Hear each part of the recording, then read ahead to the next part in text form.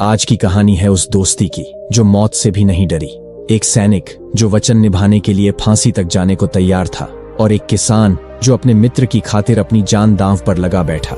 लेकिन अंत में जो हुआ वो हर किसी के दिल को छू जाएगा। इस कहानी को अंत तक जरूर सुनिए। बहुत समय पहले की बात है।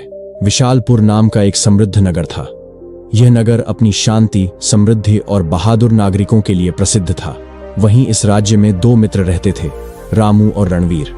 रामू जो एक साधारण किसान था, वह अपनी छोटी सी जमीन पर मेहनत से खेती करता और उसी से अपना पालन पोषण करता था। दूसरी ओर रणवीर विशालपुर की सेना में एक सैनिक था, एक जांबाज और निडर योद्धा। दोनों मित्रों की दोस्ती इतनी गहरी थी कि पूरे राज्य में उन्हें एक जानदोष शरीर कहा जाता था। हर कोई उनकी मित्रता की मिसाल देता। समय बीतता गया पर उनकी दोस्ती वैसी ही मजबूत बनी रही, चट्टान की तरह। फिर एक दिन ऐसा आया जब सब कुछ बदल गया। विशालपुर राज्य पर पड़ोसी राजा ने अचानक हमला कर दिया। दुश्मन की सेना बड़ी और ताकतवर थी। दोनों राज्यों के बीच भयंकर युद्ध छिड़ गया। रणवीर ने अपने नाम के अनुसार अद्भुत वीरता दिखाई। उसने अकेले ही कई दुश्मन सैनिकों को मौत के घाट उतार दिया। लेकिन शत्रु सेना की संख्या और शक्ति इतनी अधिक थी कि विशालपुर की सेना टिक नहीं सकी। हालात ऐसे हो गए कि विशालपुर का राजा खुद युद्ध भूमि छोड़कर भाग खड़ा हुआ। राजा के भागते ही सेना का मनोबल टूट गया और युद्ध में हार निश्चित हो गई। कुछ सैनिक मारे गए और जो बचे वे शत्रु की कैद में चले गए। रणवीर भी उन बंदी सैनिकों में शामिल था। अब विशालपुर पर पड़ोसी शासक विजय प्रताप का अधिकार हो चुका था। विजय प्रताप एक महत्वाकांक्षी राजा था जो अपने राज्य का विस्तार करना चाहता था। चूंकि विशालपुर को जीतना उसका लक्ष्य था, इसलिए उसने वहां की जनता पर कोई अत्याचार नहीं किया। पुराने राजा के भाग जाने के बाद लोगों ने भी विजय प्रताप को ही अपना नया शासक मान लिया। राज्य की व्यवस्था को सुचारू रूप से चलाने में विजय प्रताप को 3 महीने लग गए। जैसे जैसे समय बीता, राज्य फिर से स्थिर होने लगा। इन्हीं दिनों विजय प्रताप को युद्ध में पकड़े गए बंदियों की याद आई, खासकर रणवीर, जो दुश्मन होते हुए भी अपनी वीरता और साहस के कारण राजा के मन में घर कर गया था। लेकिन अब विजय प्रताप को यह डर सताने लगा कि कहीं यह वीर सैनिक भविष्य में विद्रोह न कर दे। उसने सोचा, ऐसे व्यक्ति को जीवित रखना खतरे से खाली नहीं, इसे तो मरना ही होगा।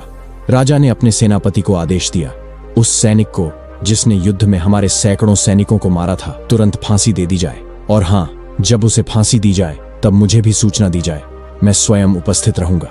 आदेश का पालन करते हुए सेनापति ने रणवीर को फांसी के लिए तैयार किया और राजा को खबर भिजवा दी। जैसे ही राजा आया, उसने रणवीर से कहा, हे सैनिक, हम तुम्हारी बहादुरी की सराहना करते हैं, लेकिन हम नहीं चाहते कि तुम हमारे लिए भविष्य में खतरा बनो, इसलिए हम तुम्हें मृत्यु दंड दे रहे हैं। परंतु एक साहसी सैनिक होने के नाते हम तुम्हारी अंतिम इच्छा जरूर जानना चाहेंगे। रणवीर ने शांति से कहा, राजन, मेरी केवल यही इच्छा है कि मैं मरने से पहले कुछ दिन अपने परिवार के साथ बिता सकूं। इसके बाद आप मुझे जो सजा देंगे मैं सहर्ष स्वीकार करूंगा। राजा ने सोचा और कहा, हम तुम्हारी यह अंतिम इच्छा तब पूरी करेंगे जब कोई व्यक्ति तुम्हारे बदले हमारे पास बंधक बनने को तैयार हो, ताकि यदि तुम वापस ना आओ तो हम उस व्यक्ति को दंड दे सकें। अभी राजा की बात पूरी भी नहीं हुई थी कि एक सिपाही अंदर आया और बोला, महाराज, एक व्यक्ति आपसे मिलना चाहता है। वह खुद को रणवीर का मित्र बताता है। उसका नाम रामू है। राजा ने तुरंत कहा, उसे यहां लाओ। रामू को जब दरबार में लाया गया तो राजा ने पूछा, क्या यह व्यक्ति तुम्हारा मित्र है? रामू ने साहस और प्रेम से उत्तर दिया, हाँ राजन, यह मेरा मित्र ही नहीं, मेरे प्राणों से भी अधिक प्रिय है। राजा ने फिर कहा, यदि यह अपने अंतिम समय में अपने परिवार से मिलना चाहता है तो कोई इसके बदले बंधक के रूप में रहना होगा। रामू ने बिना एक पल गवाए कहा, महाराज, आप इसे तुरंत मुक्त कर दीजिए, मैं स्वयं इसके स्थान पर बंधक बनने को तैयार हूं। राजा विजय प्रताप ने रामू की ओर देखा और गंभीर स्वर में कहा, एक बार फिर सोच लो भले मानस, यदि तुम्हारा मित्र लौट कर न आया तो शर्त के अनुसार तुम्हें मृत्यु दंड दिया जाएगा। रामू ने शांत लेकिन अटल स्वर में उत्तर दिया, राजन, मैंने भली भांति सोच लिया है, मुझे आपकी हर शर्त स्वीकार है। आप रणवीर को छोड़ दीजिए और मुझे बंदी बना लीजिए। राजा ने रणवीर की ओर देखा और कहा, रणवीर, हम तुम्हें 7 दिन का समय देते हैं। तुम इन 7 दिनों तक अपने परिवार के बीच रह सकते हो, लेकिन याद रहे, 8वें दिन सूर्य चढ़ने से पहले अगर तुम नहीं लौटे तो तुम्हारे मित्र रामू को फांसी पर चढ़ा दिया जाएगा। रणवीर ने निसंकोच उत्तर दिया, मुझे मंजूर है महाराज। राजा ने सैनिकों को आदेश दिया, रणवीर को मुक्त कर दिया जाए। और रामू को बंदी गृह में डाल दिया जाए। जैसे ही रणवीर को आजादी मिली, उसने दौड़कर अपने मित्र को गले से लगा लिया। आंखें नम थीं, परंतु हृदय दृढ़। रणवीर ने कहा, मेरे सच्चे मित्र, चिंता मत करना, मैं 7वें दिन सूर्य उगने से पहले लौट आऊंगा। रामू मुस्कुराया और बोला, लेकिन मित्र, मैं तो ईश्वर से यही प्रार्थना करूंगा कि तुम कभी वापस ना आओ। तुम्हारे परिवार को तुम्हारी जरूरत है और मुझे अपनी मौत से कोई डर नहीं। इसके बाद दोनों मित्रों ने विदा ली। रामू को बंदी गृह में ले जाया गया और रणवीर राजा द्वारा दिए गए घोड़े पर सवार होकर अपने गांव की ओर चल पड़ा। रणवीर जब अपने घर पहुंचा तो उसकी पत्नी और बच्चे उसे देखकर फूले नहीं समाये। रणवीर ने अपनी पत्नी को पूरी सच्चाई बता दी। सुनते ही पत्नी की मुस्कान फीकी पड़ गई, चेहरे की रौनक उदासी में बदल गई। पत्नी बोली, स्वामी, मैं जानती हूं आपने जो किया वो सही है, पर एक बात कहूं, क्या जरूरी है कि आप लौटें ही? आपका मित्र अविवाहित है, उसके पीछे कोई नहीं। अगर वह फांसी पर चढ़ भी गया तो किसी को विशेष दुख नहीं होगा। रणवीर क्रोध से उबल पड़ा, मूर्ख स्त्री, आइंदा ऐसी घिनौनी बात जुबान पर मत लाना। मैं केवल तुम्हारा पति नहीं, उसका मित्र भी हूं। मैं अपने मित्र से विश्वासघात नहीं कर सकता, चाहे मुझे उसकी कीमत अपनी जान देकर चुकानी पड़े। पत्नी सिर झुकाकर बोली, क्षमा कीजिए स्वामी, मुझसे भूल हो गई। समय बीतता गया। रणवीर ने अपनी हर जिम्मेदारी निपटानी शुरू कर दी। जमीन जायदाद का बंटवारा, कर्जों का हिसाब किताब और बच्चों के भविष्य की चिंता। दिन दर दिन वह इस तैयारी में इतना उलझ गया कि समय का ध्यान ही नहीं रहा। पत्नी ने भी जानबूझकर उसे दिन की गिनती याद नहीं दिलाई। 7वां दिन चुपचाप बीत गया। 8वें दिन सुबह जब रणवीर की आंख खुली तो उसे राजा की चेतावनी याद आई। हे ईश्वर, मैं तो भूल ही गया था, आज तो 8वां दिन है। आज सूर्य चढ़ने से पहले मुझे दरबार में पहुंचना था, कहीं देर तो नहीं हो गई। वह कांप उठा। एक पल भी गंवाए बिना वह घर से बाहर भागा और घोड़े पर सवार होकर तूफानी गति से राजधानी की ओर दौड़ पड़ा। इधर राजा दरबार में बैठा रामू से अंतिम वार्तालाप कर रहा था। क्यों रामू, क्या अब भी तुम्हें अपने मित्र पर भरोसा है?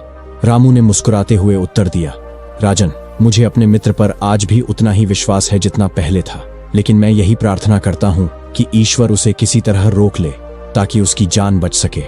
राजा ने ताना मारते हुए कहा, तुम मूर्ख हो रामू, वो तुम्हें धोखा दे चुका है, अब वो लौट कर नहीं आएगा। अपनी जान बचाने के लिए उसने तुम्हें मरने के लिए छोड़ दिया। रामू की आंखों में गुस्सा चमक उठा। राजन, कृपया मेरे मित्र के लिए ऐसे अपमानजनक शब्द न कहें। मैं अपने अंत समय में भी अपने मित्र की निंदा नहीं सुन सकता। राजा बोला, तुम्हारा समय समाप्त हो चुका है, अब तैयार हो जाओ मरने के लिए। रामू ने दृढ़ता से कहा, मैं मरने को तैयार हूं महाराज, अपने झल्लाद को आदेश दीजिए। राजा ने झल्लाद को इशारा किया, झल्लाद, इस मूर्ख को फांसी पर चढ़ा दो ताकि यह झूठी दोस्ती का ढोंग हमेशा के लिए खत्म हो जाए। जैसे ही झल्लाद आगे बढ़ा, सिंहद्वार से एक आवाज गूंजी, ठहरो। सबकी निगाहें द्वार की ओर घूम गईं। दरवाजे पर धूल से लथपथ, पसीने में डूबा, हांफता हुआ रणवीर खड़ा था। राजन, मुझे क्षमा कीजिए, मुझे देर हो गई, पर मैं लौट आया हूं। मेरे मित्र को मुक्त कीजिए और मुझे फांसी पर चढ़ा दीजिए। रामू की आंखों में आंसू आ गए। नहीं मित्र, तुम क्यों लौटे? अब मैं मरने के लिए तैयार हूं। तुम्हारे पीछे पत्नी और बच्चे हैं, जबकि मेरा इस दुनिया में कोई नहीं है। रणवीर बोला, क्या मैं तुम्हारा कुछ नहीं? क्या मेरी आंखें तुम्हारे बिना सूनी नहीं होंगी? अगर तुम मरे तो मैं जीते जी मर जाऊंगा। क्या तुम चाहते हो कि लोग मुझे धोखेबाज कहें, स्वार्थी कहें? रामू चुप हो गया। दोनों मित्र एक दूसरे को टकटकी लगाए देख रहे थे। राजा विजय प्रताप गहरे विचारों में डूबे हुए थे। वे सोचने लगे, कितनी अद्भुत मित्रता है इन दोनों के बीच। एक दूसरे की जान बचाने के लिए दोनों मरने को तैयार हैं। धन्य हैं ये दोनों। लेकिन अगले ही क्षण उनके मन में एक और विचार कौंधा, नहीं, एक शत्रु सैनिक के लिए इतनी सहानुभूति, ये ठीक नहीं। राजा असमंजस में पड़ गए। कुछ देर सोचने के बाद उन्होंने निर्णय सुनाया, आज फांसी नहीं दी जाएगी, रामू को छोड़ दिया जाए और रणवीर को बंदी गृह में डाल दिया जाए। 4 दिन बाद उसे फांसी पर चढ़ाया जाएगा। सैनिकों ने राजा के आदेश का पालन किया। रामू को मुक्त कर दिया गया और रणवीर फिर से कारागार में बंद कर दिया गया। रात हुई, परंतु राजा को नींद नहीं आई। वह करवटें बदलते रहे। उनके मन मस्तिष्क में बस एक ही नाम गूंज रहा था, रणवीर। सुबह महारानी ने राजा की परेशानी को भांप लिया। महाराज, आप रात भर सोए नहीं, क्या बात है? राजा ने पूरी बात रानी को बता दी। रानी ने मुस्कुराकर कहा, महाराज, मैंने भी इस वीर सैनिक की बहादुरी की चर्चा सुनी है। यदि अनुमति हो तो मैं उससे मिलना चाहती हूँ। राजा बोले, वह 4 दिन बाद मृत्युदंड पाएगा। तुम जब चाहो उससे मिल सकती हो।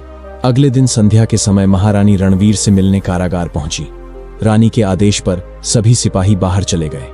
अब कक्ष में केवल रानी और रणवीर थे। रानी ने धीरे से कहा, रणवीर, मैंने तुम्हारी वीरता के किस्से सुने हैं। हम तुम्हारे साहस का सम्मान करते हैं। यदि तुम चाहो तो अभी भी बच सकते हो। रणवीर ने विस्मय से पूछा, कैसे महारानी जी? रानी ने गंभीर स्वर में कहा, तुम्हें बस एक काम करना होगा, राजा विजय प्रताप की हत्या।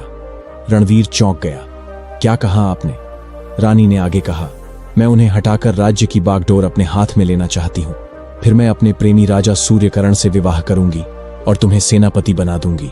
फिर उसने बताया कि राजा जब हर महीने कुलदेवी के मंदिर अकेले जाते हैं, वह समय सबसे उचित होगा। रणवीर स्तब्ध रह गया। कुछ पल चुप रहकर बोला, नहीं महारानी जी, मैं ऐसा घृणित कार्य नहीं कर सकता। रानी ने तीखे स्वर में पूछा, पर क्यों? विजय प्रताप तो तुम्हारे शत्रु हैं। रणवीर ने विनम्र लेकिन दृढ़ स्वर में उत्तर दिया, वो मेरे शत्रु तब तक थे जब तक मैं रणभूमि में था, अब नहीं। 3 कारण हैं। पहला, अगर वे चाहते तो युद्ध के बाद मुझे मार सकते थे, लेकिन उन्होंने दया दिखाई और मुझे जीवन दान दिया। उनका अन्न खाकर मैं उनके साथ नमक हरामी नहीं कर सकता। दूसरा, उन्होंने मेरी अंतिम इच्छा का सम्मान किया और मुझे अपने परिवार से मिलने का अवसर दिया। तीसरा, अब विशालपुर की प्रजा ने उन्हें अपना राजा स्वीकार कर लिया है। उनका वध करना अब देशद्रोह होगा, इसलिए आप मुझे क्षमा करें, मैं ऐसा नहीं कर सकता। तभी अचानक कारागार के द्वार खुले। वहां खड़ा था राजा विजय प्रताप। रणवीर चौंक गया। रानी मुस्कुराई, पर अब उसकी मुस्कान में कुटिलता नहीं, संतोष था। राजा ने कहा, रणवीर, तुम परीक्षा में खरे उतरे। रानी ने जो भी कहा वह सब हमारे निर्देश पर था। यह हमारी आखिरी परीक्षा थी और तुमने सिद्ध कर दिया कि तुम केवल वीर नहीं, वचन के पक्के और नैतिकता के स्तंभ हो। राजा ने आगे कहा, हम आदेश देते हैं कि तुम्हें तुरंत मुक्त किया जाए और यदि तुम चाहो तो हमारी सेना में उच्च पद पर सेवा कर सकते हो। यह सुनते ही रणवीर की आंखों से अश्रुधारा बह निकली। उसने राजा को झुककर प्रणाम किया और कहा, महाराज, आपके इस विश्वास के लिए आभारी हूं। अगली सुबह रणवीर को मुक्त कर दिया गया। वह अपने परिवार के पास लौट आया और एक सम्मानित नागरिक के रूप में जीवन बिताने लगा। रामू और रणवीर की मित्रता जीवन भर वैसी ही अटूट रही जैसे एक आत्मा 2 शरीरों में। दोस्तों, इस कहानी से यह सीखने को मिलता है कि सच्ची मित्रता न तो स्वार्थ देखती है, न भय। जहां वचन, विश्वास और समर्पण हो, वहीं सच्ची मित्रता जीवित रहती है। अगर आपको यह कहानी पसंद आई है तो वीडियो को लाइक करना न भूलें। अगर आपका भी कोई ऐसा ही दोस्त है तो उस दोस्त का नाम कमेंट में लिखें।